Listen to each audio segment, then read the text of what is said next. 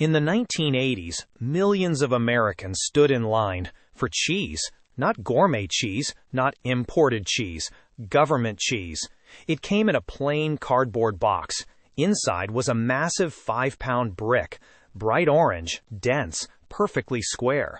It didn't crumble, it didn't melt quite right, but it fed families, and it became a symbol of poverty, of survival, of policy gone wrong. This is the story of how the United States government accidentally became one of the largest cheese holders in the world and why it gave it away. To understand government cheese, you have to go back to the Great Depression. In the 1930s, American farmers were collapsing. Crop prices fell, milk prices crashed, dairy farmers dumped milk into ditches because they couldn't sell it. The federal government stepped in. Through a series of agricultural policies, the government promised to stabilize prices. If prices dropped too low, the government would buy the surplus. This was meant to protect farmers, keep them afloat, prevent total collapse. And for decades, that system continued. Price supports, guaranteed purchases, minimum pricing. But there was a problem. The government wasn't just buying milk, it was buying cheese, butter, powdered milk. And by the 1970s, dairy production had become extremely efficient. Too efficient. Farmers produced more milk than the country needed. Because the government guaranteed a minimum price, there was no incentive to slow down. More milk meant more cheese. More cheese meant more surpluses. And by the late 1970s, the United States had a mountain of dairy products. Literally. Warehouses full. Caves packed. In some cases, underground limestone mines were converted into cheese storage facilities. At one point, the federal government was holding over 500 million pounds of cheese. 500 million! The press began calling it the cheese surplus. Politicians called it something else, a problem, because storing cheese isn't cheap. Warehousing costs money, refrigeration costs money, maintenance costs money, and taxpayers were paying for it. Meanwhile, in cities across America, poverty was rising. The late 1970s and early 1980s saw recession, inflation, unemployment, food insecurity. There was hunger in America, and there was cheese in government caves. In 1981, President Ronald Reagan announced a plan. If the government had too much cheese, give it away. Millions of pounds were distributed through food assistance programs, food banks, churches, community centers. The boxes were plain. The labeling minimal, often just marked as processed cheese. But the bricks inside were enormous, heavy, bright orange. For some families, that cheese meant survival. It was protein, calories, something to stretch meals. It went into grilled cheese sandwiches, macaroni, casseroles, omelets. It became part of childhood memories. For others, it carried stigma, standing in line, receiving aid, feeling watched. Government cheese became shorthand, a cultural symbol of poverty. But the deeper story isn't about shame. It's about policy. The surplus happened because of price supports. The government set a minimum price for milk.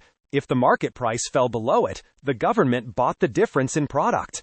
That meant farmers had guaranteed buyers. Production stayed high, even when demand did not. It was designed to prevent another Great Depression, and in many ways it worked. Dairy farmers were protected. Rural economies stayed afloat. But unintended consequences stacked up. By the late 1970s, the surplus was politically embarrassing. News reports showed massive stockpiles.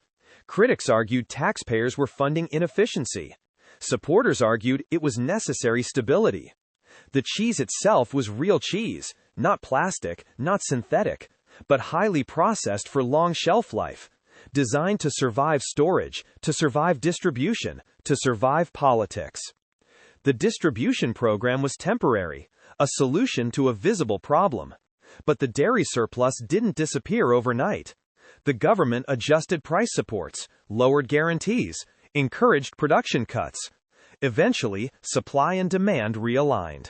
The caves emptied, the warehouses cleared, but government cheese never left American culture. Comedians referenced it, rappers referenced it, parents remembered it. For some, it represented tough times. For others, it represented help when nothing else was coming. It's easy to mock government cheese. The image is funny. Oversized orange brick. But behind it was something serious. A system trying to prevent collapse. A country trying to balance markets and morality. Food policy is complicated. Agriculture isn't just business, it's survival. When farmers fail, food systems fail. When food systems fail, societies strain. Government intervention in agriculture has existed for nearly a century. Not because markets are evil, but because food is different. You can't pause hunger. You can't wait for long-term correction. And yet, intervention creates distortion. Price floors create surplus. Surplus creates storage. Storage creates cost. Cost creates political pressure. Pressure creates headlines. Headlines create jokes. And, somewhere in between, families eat. There's something uniquely American about government cheese. It was a byproduct of abundance. Too much milk, too much productivity, too much efficiency, a crisis of excess. And yet, in communities facing hunger, it didn't feel excessive. It felt necessary. The story also reveals something about pride. Many families who received government cheese rarely talked about it. Aid has always carried weight beyond calories. It carries identity, perception, judgment. But hunger does not care about pride, and policy does not erase dignity. By the 1990s, agricultural reforms reduced large-scale surpluses. Government cheese faded from distribution programs, but price supports still exist in modified forms. Subsidies remain part of American agriculture because farming is unpredictable. Weather shifts, markets fluctuate, and the memory of collapse lingers in policy. Government cheese was never meant to become a cultural icon. It was an administrative solution, a logistical fix. But history has a way of turning bureaucracy into symbolism. For some Americans, that brick of cheese is childhood. For others, it's hardship. For policymakers, it's a case study. How do you protect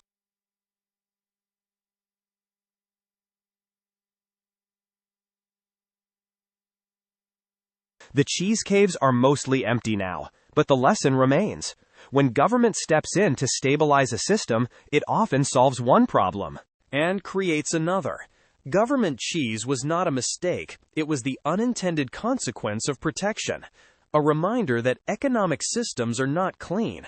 They are messy, interconnected, human. In the end, government cheese fed millions. It embarrassed politicians. It became a punchline. But it also prevented waste and filled empty refrigerators. History is rarely simple. Sometimes it tastes like processed cheddar, 5 pounds at a time. Is stranger than you think. From forgotten battles to bizarre inventions, we uncover the stories that make you say, "What the history?"